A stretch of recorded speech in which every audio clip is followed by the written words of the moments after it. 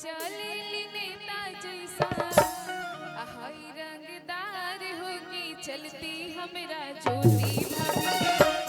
की चलती हमरा ज्योति भाभी जाने ला जवार होगी चलती हमरा ज्योति भाभी जाने ला जवार होगी चलती हमरा ज्योति भाभी चले नेता जैसा चले नेता जैसा हाय रंगदार होगी चलती हमरा ज्योति भाभी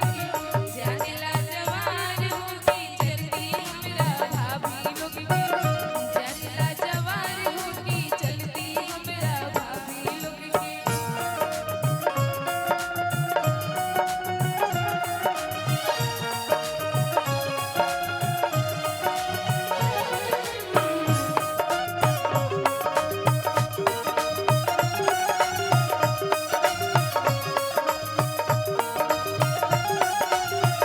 इसी में भाभी के लिए कि गोरे गोरे गलिया पलाल उठ ललिया जान मारला। और ये हमारे भाभी जी के लिए कि गोरे गोरे गलिया पलाल उठ ललिया जान मारला अरे जान मारला आ ज्योति भाभी की मुसुकिया जान मारला ज्योति भाभी की मुसुकिया जान मारला गोरे गोरे गलिया जान मारला गोरे गोरे गलिया पलाल उठ ललिया जान मारला ज्योति भाभी के मुसुकिया जान मारला ज्योति भाभी के मुसुकिया जान मारला।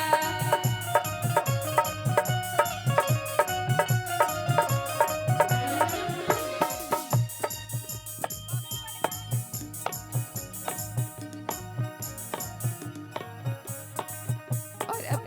अभी हमारे भाभी जी को पगड़ी पहना के सम्मान किया जाएगा तो भाभी जी के लिए एक लाइन कि तिरछी तिरछी ज्योति भाभी पगड़िया बंधलू हो तिरछी देसावा समाई गईलू हो तिरछी देसावा समाई गईलू हो तिरछी तिरछी तिरछी ज्योति भाभी पगड़िया बंधलू हो तिरछी देसावा समाई गईलू हो तिरछी देसावा समाई गईलू हो तिरछी देसावा घर परिवार भाभी नहीं देखलू हो अरे घर परिवार भाभी नहीं देखलू हो सुंदर लो भाई गईलू हो सुंदर लो भाई गईलू हो।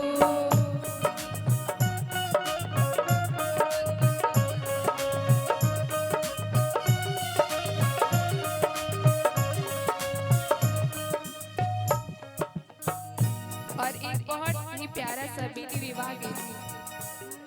कि बजवाली हली बजनी आई पापा दुनिया ली हली कहाँ बजवाली हली बजनी आई पापा दुनिया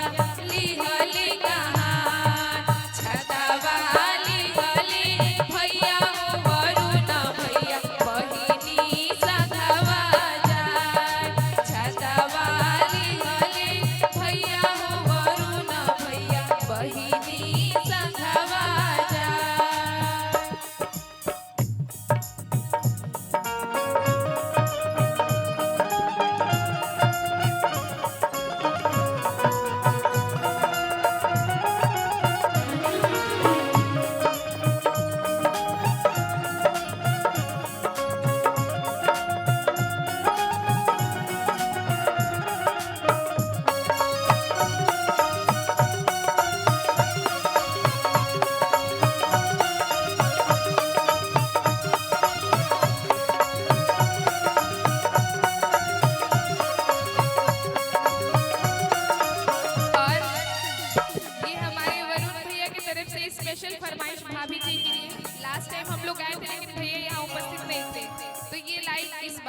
जब शादी हो जाता है तो ननद लोग का स्पेशल शिकायत रहता है अपनी भाभी जी से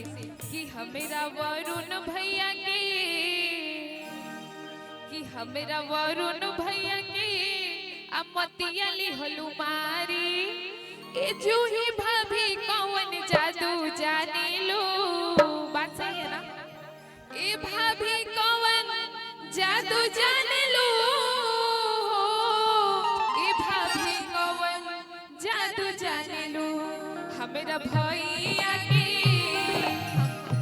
हमेरा वरुण